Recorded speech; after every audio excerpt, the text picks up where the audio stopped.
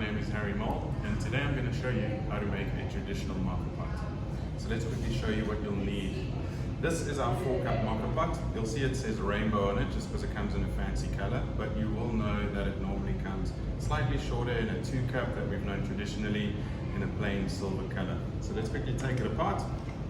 Here we've got our bottom where we'll place our water in. Just quickly screw this off for you. And what we're going to do is a little bit less traditional than you might be used to. We're going to be brewing it with the lid open, and that's just going to tell us when the coffee is extracting and when it's ready to turn off the heat. So what you'll need is a Moka Pot. You're going to need a burner, or you can use your own stove top, whichever flame necessary really. If you're camping, that's also great. We prefer the outdoors a lot of the time. You'll need a cup to drink out of, a lighter to get your burner going.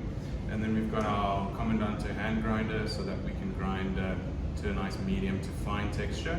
You can go slightly finer if you want a little bit more intensity in your coffee, but I like to go a little bit more on the medium to fine texture on your coffee, just so that you get a bit more sweetness out. And then we're going to be using our Italian roast, which is a nice dark traditional coffee which will complement the Moka Pot correctly. And then we've got boiling water.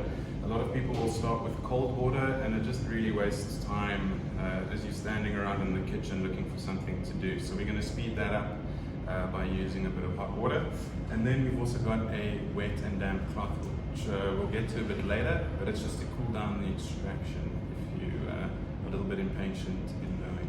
Okay, so let's get started on our coffee. I've pre-ground a little bit coffees a little bit earlier because I don't want you to watch me grind for about 5 minutes.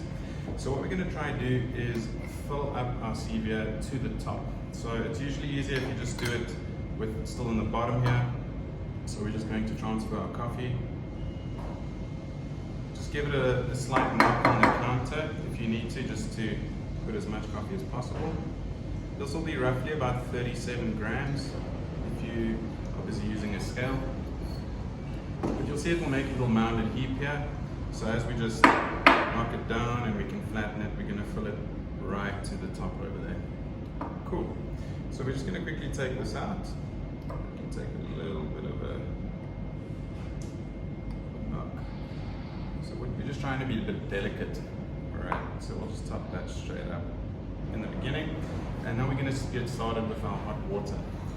So you'll see there's a little release or pressure valve here on the side. So we're just going to fill up our water just till below that valve. If you want to know a bit more specifics, that's roughly about 280 mils of water. Then we are going to pop sieve right on top, screw the top section on. Preferably do this on the counter like this because my hands just burnt slightly. So being a barista usually helps you with that, with hands of steel. Okay, just nice and tight. You don't want to over tighten it, but you don't want to make sure that water goes gushing down. So let's get our flame going. Alright, we've got a nice solid flame. And like I said, we're going to be brewing with the lid open so that we can see when the coffee starts. So hopefully with the magic of film, we'll be speeding up this process. Otherwise I'll be waffling on a little bit. But if you want to know, my middle name is Levi and my favorite color is green. Go. Okay, so now we've let this flame go for about roughly 1 minute, and we can actually see that the coffee coming out is brown. Yeah, which is a good sign. So we've got a nice golden liquid coming through. I've actually pushed my flame pretty high to kind of get the process going because we don't want it to sit in there too long and eventually burn the coffee. So the trick is when you're looking on the inside, as soon as you see spluttering, turn off your flame, and then we're going to pop it here on the cold cloth. Okay, our spluttering started. We're going to take it off, and we're just going to douse it with a nice cold cloth. And what that's going to do is just slow down that extraction, and that's going to reduce your bitterness and get a little bit more balance in flavor. You can also use a bowl of cold ice water if you like, or the sink next to your kitchen. That also works. But it's just to slow down that bubbling. Alrighty, great stuff. Our coffee is now good good to go. So we're going to pop our lid closed.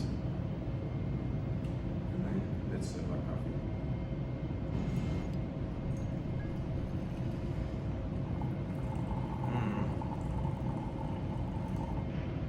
I usually like my Moka Pot, it's about 60 mils or so of coffee. I'm going to go ahead and enjoy this. I hope you enjoyed this video. Thanks.